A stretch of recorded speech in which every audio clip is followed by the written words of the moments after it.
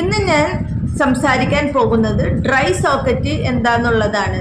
കഴിഞ്ഞ വീഡിയോയിൽ പല്ല് എടുത്തതിന് ശേഷം ശ്രദ്ധിക്കേണ്ട കാര്യങ്ങൾ എന്തൊക്കെയെന്ന് സംസാരിച്ചപ്പോൾ ഡ്രൈ സോക്കറ്റിനെ കുറിച്ച് പറഞ്ഞിട്ടുണ്ടായിരുന്നു.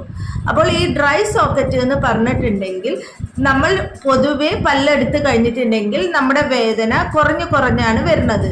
പക്ഷേ 3 ദിവസം കഴിഞ്ഞിട്ടും അതികഠിനമായി സഹിക്കാൻ പറ്റാത്ത വേദന വരുന്ന കണ്ടീഷനെയാണ് നമ്മൾ ഡ്രൈ സോക്കറ്റ് എന്ന് പറഞ്ഞിട്ടുള്ളത്. നമ്മൾക്കറിയാം, നമ്മൾ പല്ലെടുത്ത വശത്ത് ഒരു കുഴിയായിട്ടാണ് ഇരിക്കുന്നത്. ഈ കുഴിയിൽ എന്തുണ്ടാവും? ഒരു ബ്ലഡ് ക്ലോട്ട് ഫോം ചെയ്തിട്ടുണ്ടാവും. ഈ ബ്ലഡ് ക്ലോട്ട് നശിച്ചു പോവുകയോ അതിനെന്തെങ്കിലും ഡിസ്റ്റർബൻസ് വരുമ്പോഴും ഹീലിംഗ് നടക്കാതിരിക്കുന്ന സന്ദർഭത്തിനെയാണ് നമ്മൾ ഡ്രൈ സോക്കറ്റ് എന്ന് പറയുന്നത്.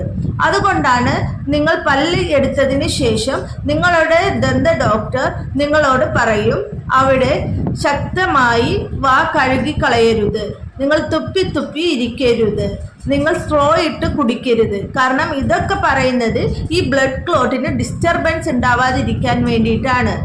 ബ്ലഡ് ക്ലോട്ടിന് ഡിസ്റ്റർബൻസ് ഉണ്ടായിട്ടുണ്ടെങ്കിലാണ് ഹീലിങ്ങിന് തടസ്സമാകുന്നത്. അപ്പോൾ ഈ ഡ്രൈ സോക്കറ്റ് വന്നാൽ നമ്മൾ ഉടനെ തന്നെ നമ്മൾ ആ ഡെന്റിസ്റ്റിനെ കാണുകയും അവർ ആ ഒരു ഏരിയ നമ്മൾക്കറിയാം, ആ ഒരു ബ്ലഡ് ക്ലോട്ട് പോയതിന് ശേഷം ഒരു ചെറിയ അതിലൊരു പഴുപ്പ് പോലെ ഉണ്ടാവും. ഈ പഴുപ്പ് നമ്മൾ എടുത്ത് കളഞ്ഞു കഴിയുമ്പോൾ അവിടെ പുതിയ ബ്ലഡ് ക്ലോട്ട് വരാനായിട്ട് സഹായിക്കും. അതുകൂടാതെ നമ്മൾ ഇതിന് കുറച്ച് മരുന്നുകളുടെ ഒരു പാക്കും കൂടെ അതിൻ്റെ അകത്ത് വെച്ച് കഴിയുമ്പോൾ നമ്മളുടെ വേദന കുറയുകയും പെട്ടെന്ന് പുതിയ ബ്ലഡ് ക്ലോട്ട് വന്ന് ഉണങ്ങാൻ സഹായിക്കുകയും ചെയ്യുന്നതാണ്.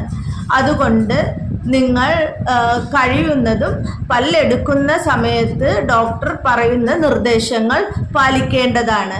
അല്ലാതെ നമ്മൾക്ക് ഇഷ്ടമുള്ളത് ചെയ്ത് ഇങ്ങനത്തെ സന്ദർഭങ്ങളൊക്കെ വന്നിട്ട് ഡോക്ടറെ നമ്മൾ കുറ്റം പറഞ്ഞിട്ട് കാര്യമുള്ളതല്ല.